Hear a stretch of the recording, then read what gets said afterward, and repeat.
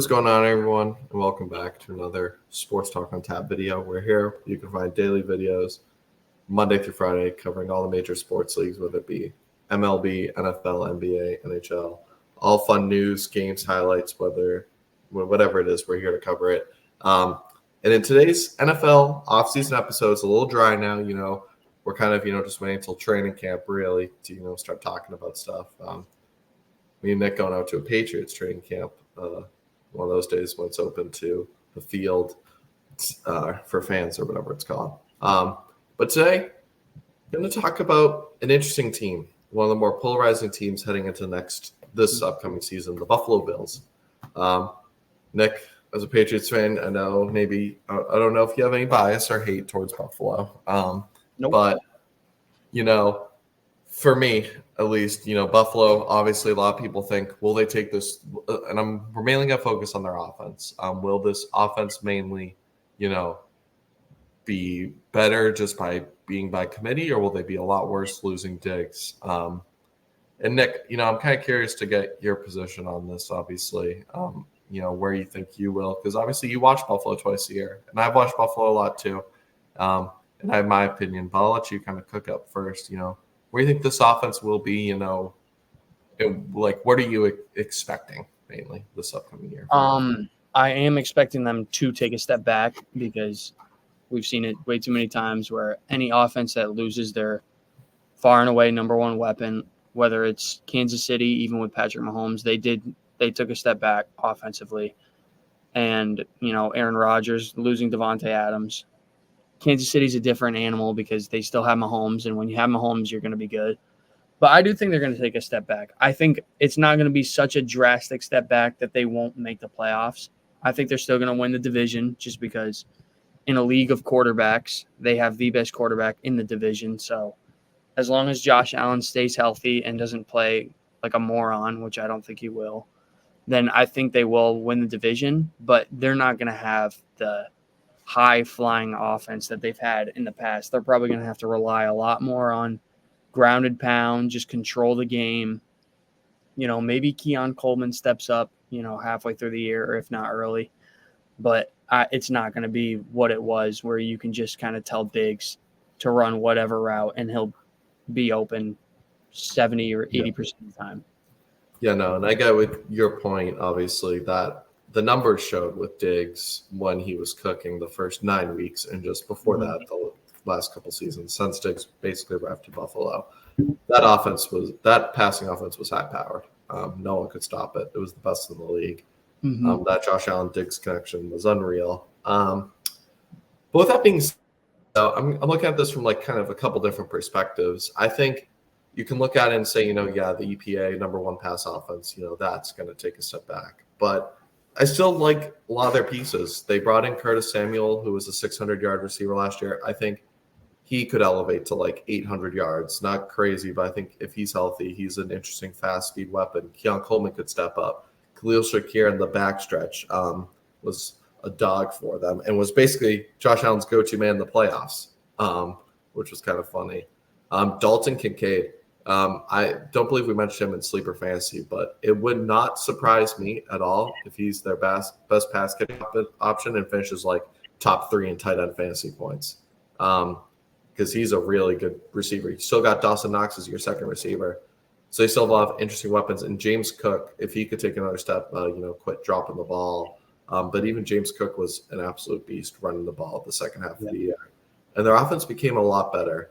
And if this kind of makes sense to you, I was thinking Buffalo, maybe the, points per game will go down, and these high-flying offensive plays will. But I think that'll also come – I think Josh Allen's turnovers will be the least amount, in the last couple of years because he's always been a risk taker. And partially that is just force-feeding it to Diggs because you got to get your guy the ball because I love Diggs. He was a Viking, had one of the most iconic plays in Vikings history, but he's a diva, whether you like it or not. He wants the ball, and he's going to complain about it. His brother's going to cry on social media for him. That's just the way Diggs is. And, I think the end of Diggs-Allen's relationship kind of soured out partially because of that. Diggs in, the game was I think it was that infamous game against, I believe it was against the Bengals in the divisional round. He's like, "Why aren't you throwing me the ball?" Like there was that infamous clip of him, just Josh Allen ignoring him. But there's a reason why Diggs was getting these 100+ yard games in weeks 1 through 9. And what was Buffalo like 5-4? And then they kind of move away from him, and they start winning a lot more games. But I will say this, how good can Khalil Shakir be? If Stephon Diggs, even when Diggs was in this slump, he was still taking double teams. So now all the focus is going to be on everyone else. Can they beat their 1v1s? How does Keon Coleman do? Khalil Shakir, obviously, I think Kincaid will be good. But can they match up against these QB1s? So that'll be interesting. But obviously, you still have Josh Allen, mobile, that can do a bunch of different things. So I think it's going to be interesting. But I think Buffalo's playoff offense looked a lot better. Even in their loss to Kansas City, their offense was moving the ball for a while. And if it wasn't for that missed field goal, who knows what happens in overtime. Maybe you still give Kansas City the respect and say they win. But at the end of the day, Buffalo's offense was moving that ball against Kansas City's defense, and Kansas City's defense was holding the 49ers in check, held the Ravens in jail all game. So at the end of the day, this was the best Buffalo's offense looked in the playoffs in a while. So I think their playoff offense is going to be much more ready, being able to run the ball at a high level like it was at the end of last year.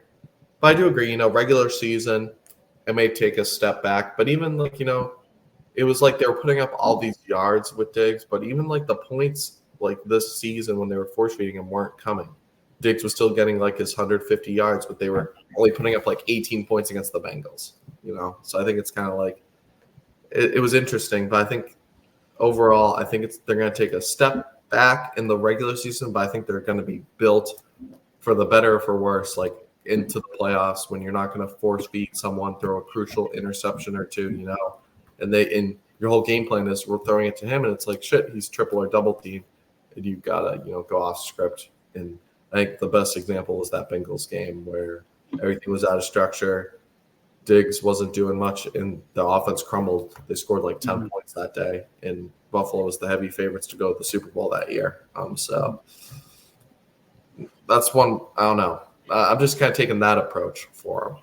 Yeah, we all know that meme people have made it for other receivers too, where it's like, F it, Diggs is down there somewhere, and then you're just throwing up the ball. Like that did feel like that was the case for so many times with Josh Allen. Like he's kind of just heaving it down the field rather than going through his reads because he knows Diggs has the ability to catch any ball.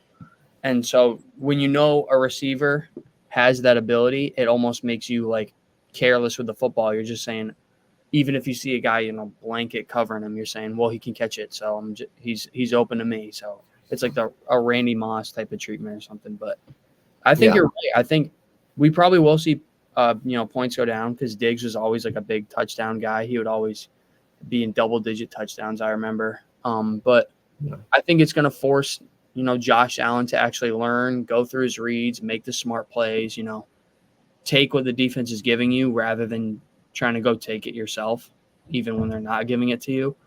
And that will better prepare them for the playoffs because defense is always going to be at its peak in the playoffs. That's where teams are going to be throwing everything they have at you. So you need to be able to play smart, good football. You need to be able to run the ball in the playoffs. And so I think you're right. I think that losing Diggs may hurt them points per game in the regular season wise, but he's not going to be, bitching and moaning in Josh Allen's ear on the sideline. Yeah, and you don't feel like you have to force anything to him, Exactly. Which is what some of these picks were, no matter how great that combo was, And maybe, you lived with the picks just because how great their offense was. But, will be interesting to see Josh Allen. As you mentioned that means now that Josh Allen is going to have to play smarter. Like if he's still turning the ball over, this offense, like they won't be able to catch up. Obviously turning it at that high of a rate. Yeah, because obviously, he might throw like 7 to 10 picks, but he was high up there. I feel like we saw some like 17 plus interception where that can't happen. Especially I think it was like 2022 against like my Vikings. He was just like, remember there was a game. It was like 3 touchdowns, 3 picks. It's like, Was that the like crazy, you know? it was the crazy Jefferson game he threw, but it was like people forget in overtime Buffalo is driving, and he tries to force feed. I believe it was Diggs in quadruple coverage, and Patrick Peterson just like threw it to him. I was like, because like the way he threw it, I was like, shit, we lost, because he just knows where it is, and it was like Patrick Peterson running a route, and I was like, you know, just some questionable decision making where you feel like you force feed them. But yeah, no, speaking of that game, is probably like top 10 games I've watched in my life. Boy, that was fun. That was game of the year, I believe. Oh yeah, for sure. Game of the year and stuff, and rightfully so. Every game the Vikings played that season was game of the year. Colts, they were the cardiac comeback game. Yeah, that just pulled everything. Game was a good game. Yeah, New England's Minnesota Thanksgiving night, unreal. That was really good. Mac Jones and Matt Patricia, their only good game called together. But with that being said, you know, yeah, Buffalo, very interesting team. I still think they're going to win the division, just mainly because I don't trust this Jets team. I got to believe it before I see it. There's already chaos, and training camp hasn't even started. With the Son Reddick, Aaron Rodgers not showing up. Quarterback. Their quarterback's not even showing up. Yeah, so who knows what's going to happen. But Buffalo, yeah, should be interesting kind of, though. We both kind of agreed. But, you know, we're going to do a bunch of different topics, you know, surrounding each team. But, yeah, Buffalo was one I wanted to start off with just because, obviously, everything that's happened with them this offseason.